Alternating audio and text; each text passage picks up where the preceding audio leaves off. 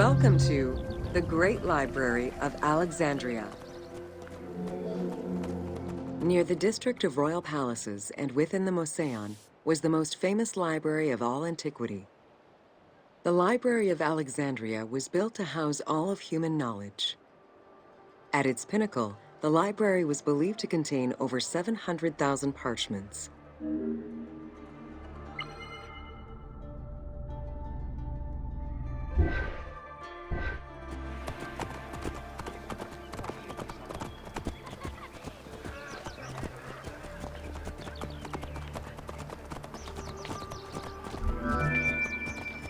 Throughout the centuries, fires and wars between Christianity and paganism destroyed the library, leaving nothing behind.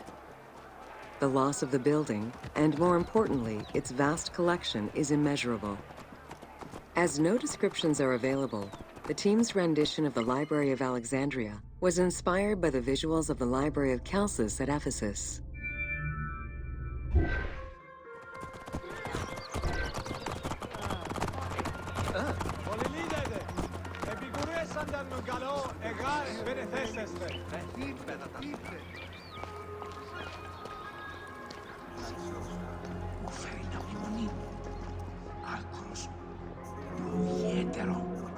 While much of the collection was purchased at the government's expense, the library also obtained books through other means.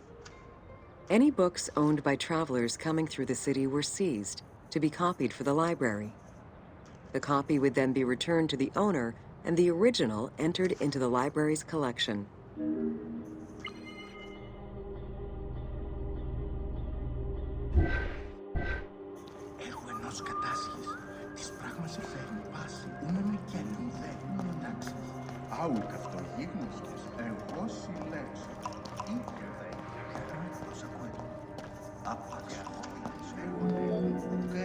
Alexandria offered unrivaled intellectual and cultural attractions. Eminent scholars from Athens, Rhodes, and other Greek centers traveled to the city to learn and engage with other free thinkers. Both the Moseon and the library were at the center of groundbreaking ideas and creative expression.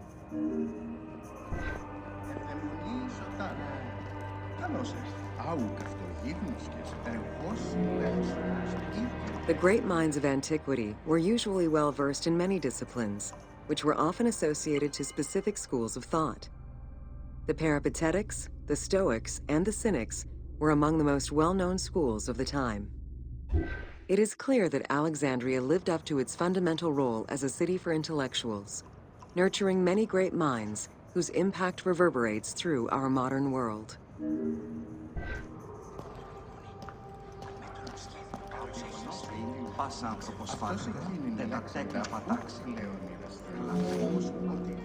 Hypatia of Alexandria was a Greek mathematician, philosopher, astronomer, and inventor. Though born in Greece, she eventually migrated to Alexandria, like many great minds of the time.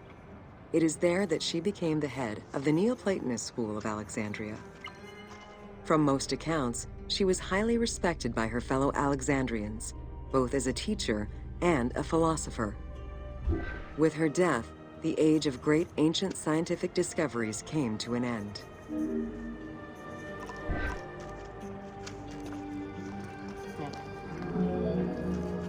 Callimachus was born in Cyrene and educated in Athens. After his studies, he moved to Alexandria to work in the Great Library. A poet and a critic, he strongly rejected the epic format of Homeric poems and instead fervently supported a shorter, more judiciously formulated style of poetry. His epigrams and elegiac poems were emulated by later poets. His work was extremely popular, second only to Homer's own works.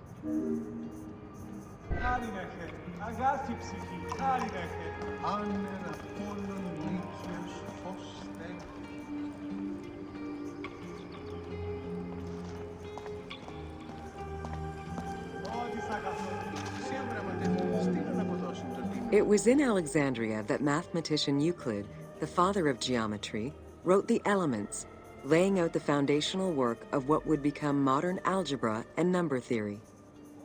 Euclidean geometry would become one of the most influential systems in the evolution of mathematics.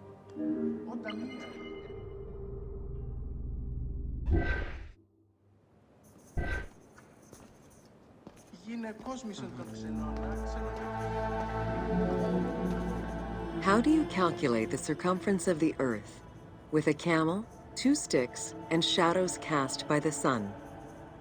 This is what Eratosthenes of Cyrene described in his principal work, Geography, while he was director of the Great Library of Alexandria. He is credited for the invention of the armillary sphere around 250 BCE.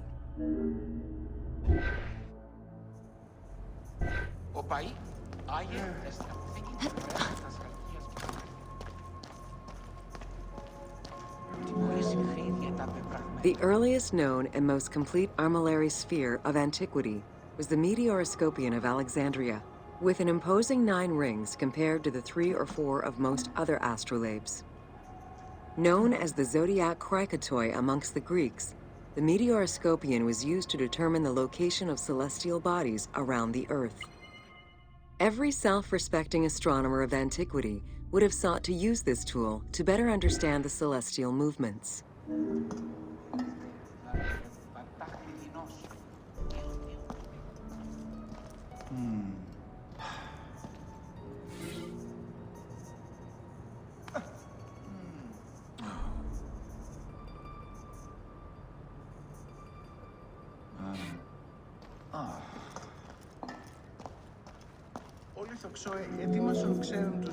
Pythagoras of Samos was a well-known and respected philosopher and mathematician. He is best known for the Pythagorean theorem. However, there is proof that the theorem existed in Babylonia and India long before Pythagoras was born, casting some doubts as to who exactly originated the theorem.